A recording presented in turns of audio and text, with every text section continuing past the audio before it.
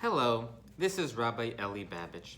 We're up to chapter 11, Perek Yud Aleph of the book of Psalms. We mentioned before that Shaul, Saul, while he was king of Israel, felt threatened by his son-in-law, David. So at various times in Shaul's life, he wanted David eliminated. As a hunted man, David often found it difficult to find a place of refuge. In one incident, David was actually forced to leave the land of Israel and hide in foreign lands. It was at this moment that David composed Psalm number 11. Rashi explains that being driven out of the land of Israel is comparable to being driven away from the Almighty himself. In the book of Shmuel, David said about this incident, "For they have driven me out this day from being joined in the estate of Hashem."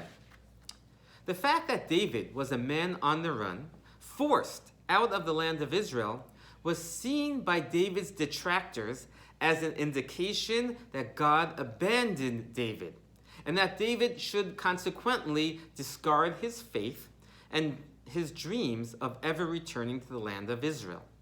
Nudi harchem tzipor, flee for your mountain, meaning your source of strength, God above, is like a bird who has flown away. And you also will be forced to wander forever like a bird. This is what David's enemies said to him. When David heard those words, he said, "Ech tomru lenafshi." How dare you say such a thing about me? Ba'Hashem chasisi. I put my trust in Hashem.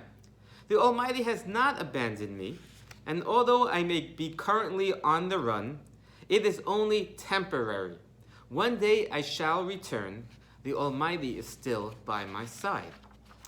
Rav Soloveitchik once commented that one thing the modern Jewish state of Israel did for our nation was restore Jewish pride and honor. Our enemies argued that God abandoned the Jewish people. They said, "Look how the Jewish people wander the world. Look how they have no home." This is what our enemies said about us. They called us the wandering Jew. But when our nation began to return to the land of Israel in the modern era, it restored Jewish pride, and it demonstrated that the Almighty did not abandon his people all along. This is what Rabbi Soloveitchik said. One of the reasons why David had such trouble finding a hiding place and needed to travel to distant lands was because people were speaking Lashon Hara about him. Rashi says that there were wicked people who were maligning David and fostering discord between David and Shaul through their evil words. Therefore, when David arrived at a town looking for refuge, because people were spreading negative reports and evil about him, people shunned him and pushed him away, and David had trouble finding a hiding place. So David said, "Your words of gossip are like a bow and arrow. You say them in one location, but they have an effect very far away." He said, "The wicked bend their bow.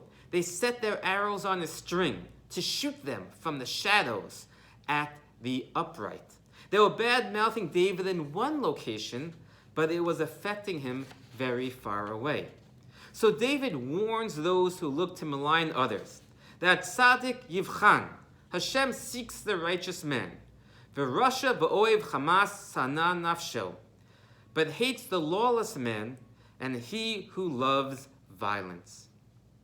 Please recite Psalm number 11, and I wish you a wonderful day.